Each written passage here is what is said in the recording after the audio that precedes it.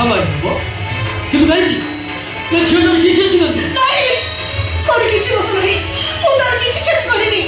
हले से लोगों आसरे से बोलते तो होटल मुझे बिक्री करना चाहूँ से ना पागल हो जाएगी और कहूँगी सिंदूर पीनी होती बाजी और बीमार टा अभी को हमको बच्चे दिए सन्यासी हमें बच्चीवा को चाहूँ नॉलेज से मेगा मंदिर को उठाई नहीं जो सन्यासी तबे बच्ची हो क्या तो क्या भी कि हमको बच्चे हो ए सिंदूर बच्चे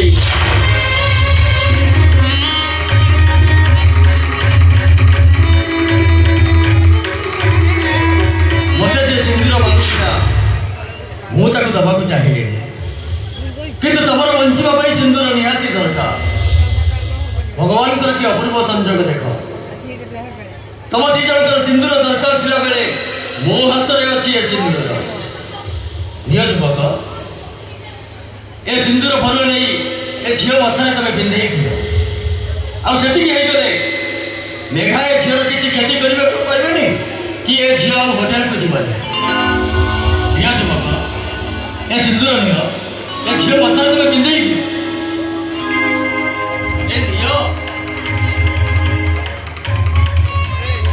तुम सन्यासी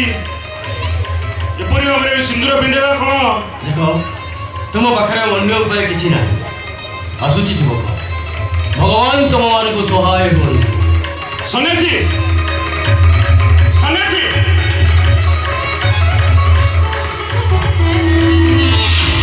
तुषार और क्या है ना मम्मी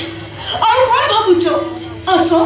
मो मोटरे सिंदूर पिनी दियो तार होले से गुंडा डांस मते से होटल को नहीं छिको तुषार कौन है तुषार एमिति कौन भाबुचो ठीक अछि तमे होते सिंदूर पिने को चाहो ना ठीक अछि मो भी से होटल में जाई मोरे को चाहेनी मोर नहीं कि तमे तमर निज हाथ रे मारी दियो मु तुम माथारे सिंदूर पिंधेबी तुषार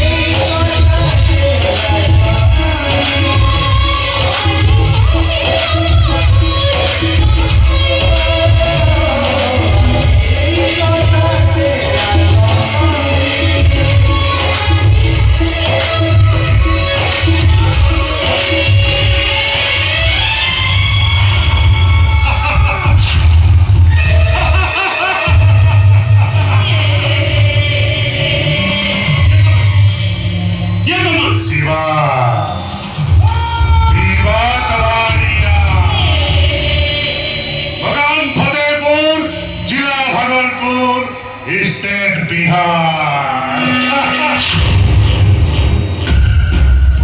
हे डॉक्टर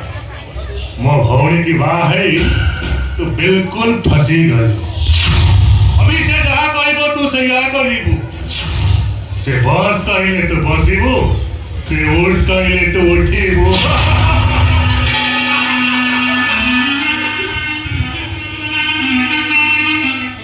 मेघा महांती फल हारे बोली लोके कहती ए सुन सुन डॉक्टर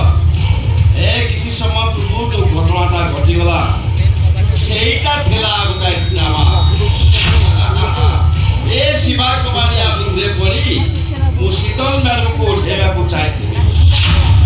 ହେଲେ କୌଣସି ମହାଶୟଙ୍କ ପଥରେ ପଡ଼ିବା ଏ ମେଘାର ଆଦତ ନାହିଁ ସ୍ୱାମୀ ମହାଶୟ ଏବେ ଘରକୁ ଯିବା हाँ हाँ भाई बोल भाई अरे अभी तो शादी खत्म हो गई हाँ भाई बोल बोल भाई और बाकी कौन नहीं ला